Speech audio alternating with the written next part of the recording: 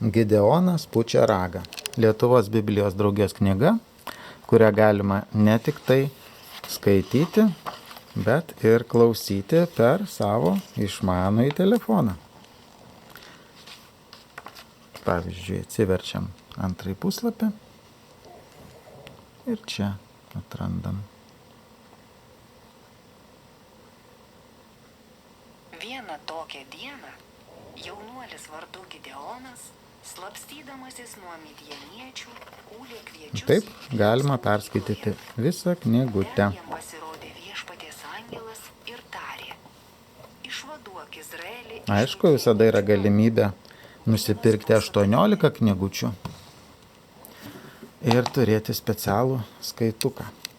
Bet šitai vienai knygai užteks ir jūsų paprasto mobilaus telefono ir interneto ryšio.